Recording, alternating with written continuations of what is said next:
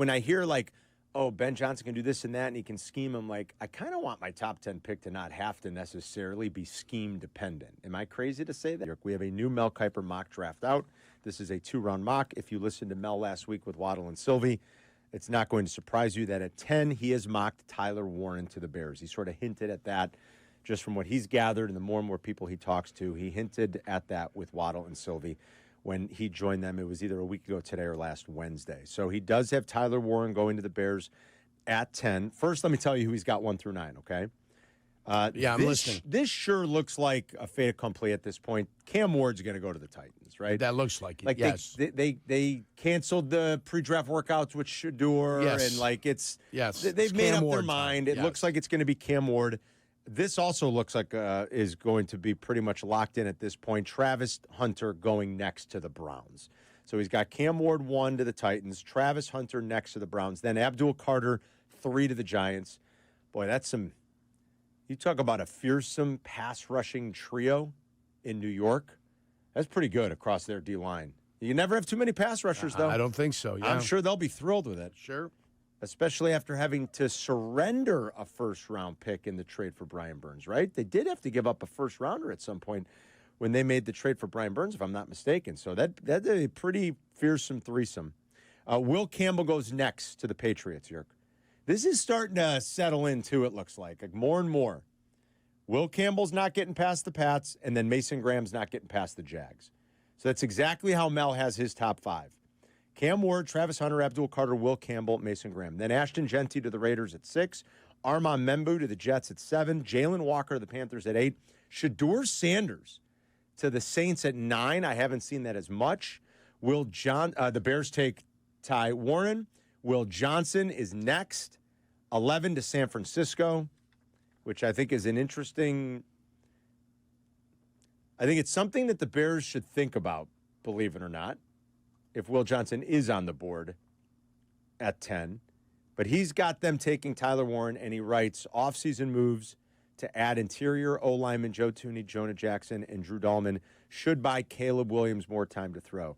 Landing Warren would give the second-year quarterback another reliable target. New Bears coach Ben Johnson could line up Warren anywhere, get him the ball, and let him roll the first downs after the catch.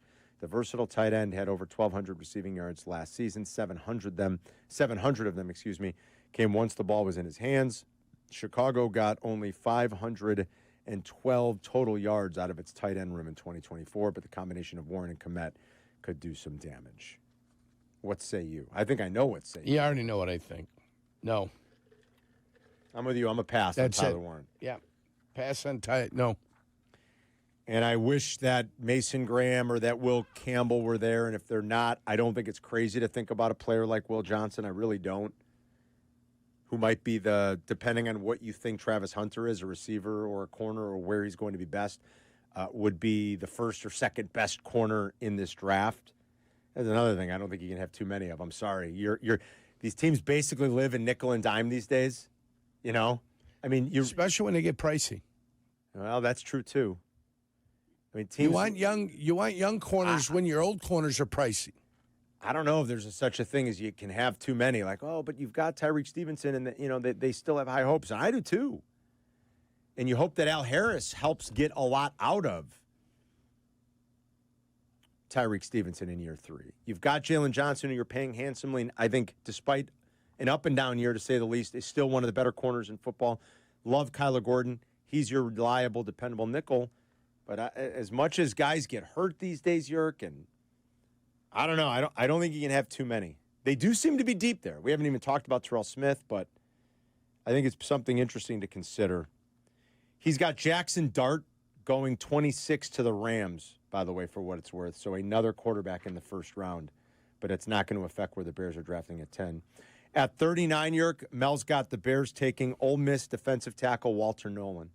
Signing Grady Jarrett to join Javon Dexter on the interior of the D-line helps, but he's also turning 32 at the end of the month.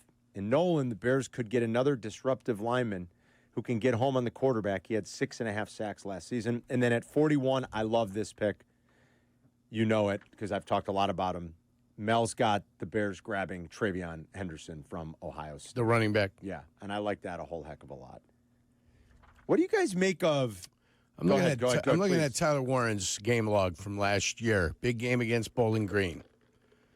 Big game against USC. 17 receptions in overtime. So I don't know how much that was happening in overtime. That's a lot for of catches. 224 yards. Big game against Purdue at Purdue. Yeah, he had a monster game against Purdue. Yeah, right? Purdue stunk. Purdue did stink. Big game against Minnesota. Minnesota's a pretty good team. It was a win for those guys. Over 100 yards. Otherwise, solid efforts all the way through. 19 touchdowns in his career at Penn State. Last year he had 2, 4, 6, 8. 8 touchdowns for the Penn State. I'm just looking who his big games were against. We watched some tape. I mean, is it fair to say, yeah, a lot of yards after catch stuff, but a lot of that came via scheme? You know what I'm saying? Not like...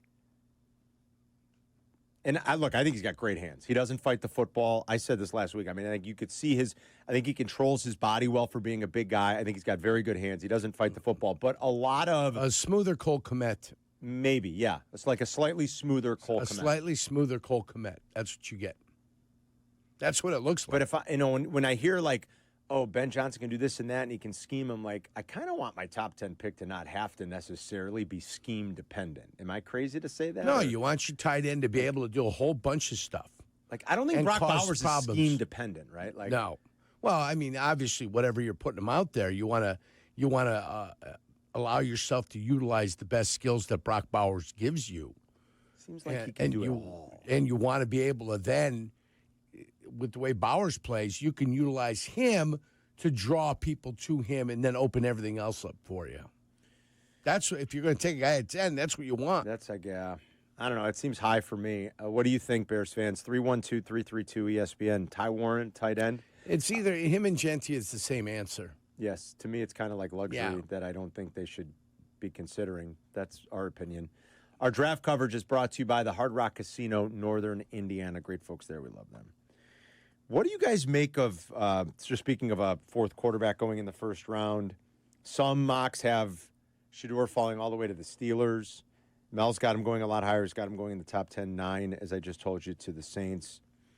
But what do you think of another quarterback in Jackson Dart going in the first round and the fact that Jalen Milroe will be in Green Bay? They extended an invitation to Jalen Milroe to be in Green Bay, and he accepted. Is he going to be Will Levis sitting around all day two? Or do they know something? Like, is Jalen Milroe confident that he's getting drafted in the first round? That seems surprising to me. I don't know, but you got to have somebody that's uncomfortable in the green room. You know how they do that? You think like a made-for-TV thing? If I'm a guy that doesn't know whether I'm going to go in the first or the second round, you know what? I'm not going to be the guy in the green room. You're not going to look at me. I remember Mark Spindler in 1990. They were in Spindler's house. He's a defensive tackle out of Pittsburgh. And they put the cameras in his home. And he didn't go to first day when he thought he was. Oh, boy. He didn't go to second day. Oh, no. Well, he might have gone to second. I forget 1990. It might have all been one day. Mark Spindler. He's a third-round pick out of Detroit. So that happened then. And every year they go to somebody's place and they sit there uncomfortably looking nervous. He went in the third round. Third round, He was the 62nd pick overall. And he felt he was going to be in the top 30 picks, 28 picks. So they kept going to him. They kept, I can play. I can do this. I can do that. Roethlisberger was pissed when somebody passed him up, and he ended up falling to the Pittsburgh Steelers. We all know about Aaron Rodgers. Well, yeah. I'm not that guy. I'm not going. Is Jalen Milroe going just to be like they extended invitation because they need one of those guys? He's like, all right, I'll do it. It almost feels that way. There were 2 reports yesterday. Okay, what were they? I just saw that they invited him. They did. They extended an invitation and he accepted. They did. Like Will Campbell, I don't think is decided yet, right? Like there's some guys who have. Shedeur says he's not going to go, and that was even before the conversation about him falling and all that kind of stuff. Travis Hunter's not going, right? Adam? Yeah, he's not going either. Like those guys aren't going. Will Campbell might. Jalen Milroe was invited and said yes. So the first report was that he met with the Browns, and the Browns were very impressed. I guess his pro day was good too, right? Isn't that what they're saying? They're saying is he did really well in interviews at the Combine. Yeah. And that's where the talk started that Shedeur did really bad in those interviews. Right. And then he did really well at his pro day. And then it was reported that the Browns are really in love with him. And I don't think they're not taking him second. I was going to say, but do Chris they and I trade talked. out? Well, Chris and I talked about it last night. They have the first pick in the second round. Yeah. If they want the extra year of control, do they do what the Ravens did with Lamar and move up to the final and trade with the Eagles, who have the final pick, obviously, in the first round, and just say, hey, we'll throw you whatever, a 5th round, 6th round pick. Let us move up one. We're going to take Jalen because we want the extra year of control. That's interesting. And then they trade, because the rumor is still that they could trade for Kirk Cousins. And then you have Cousins play for a year. And if you like Jalen, you keep him. And if not, what does it cost you? Not that much. Any chance he goes to the Steelers or no? Is that just. I don't think in the first round. So it's the people are thinking it's the Browns. Or the Steelers in the second round.